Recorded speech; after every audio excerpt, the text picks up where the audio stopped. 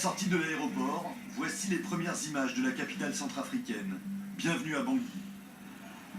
Drôle d'accueil.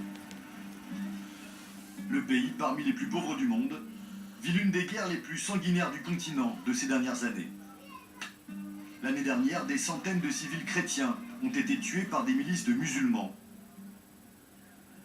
Mais depuis le mois de septembre, c'est l'inverse. Ce sont des civils musulmans qui sont pris pour cible. Chaque semaine, de nouvelles victimes sont emmenées à la mosquée. Aujourd'hui, 4 hommes qui tentaient de fuir le pays. Ils ont été tués à coups de machette.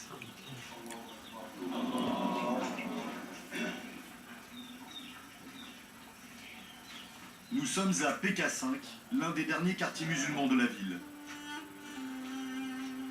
Des milliers d'habitants retranchés dans un tout petit périmètre, protégés tant bien que mal par les forces africaines et l'armée française.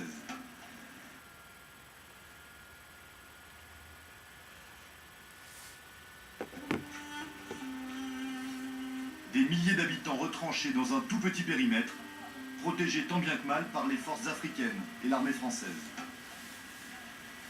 C'est une grenade ou quoi? C'est eux-mêmes qui ont attaqué là, qu'ils ont tourné. Donc, Ceux qui les attaquent, ce sont les anti-Balaka, une redoutable milice chrétienne, accusée d'avoir massacré des milliers de civils musulmans depuis quelques semaines.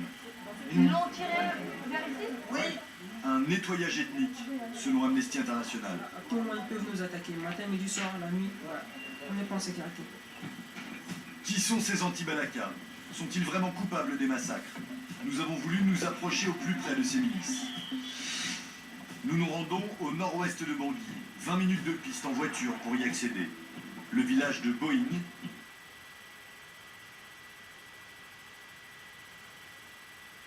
Nous avons voulu nous approcher au plus près de ces milices.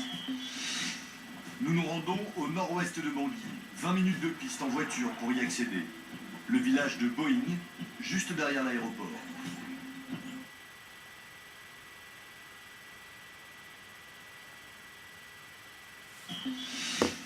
Nous nous rendons au nord-ouest de Bangui, 20 minutes de piste en voiture pour y accéder.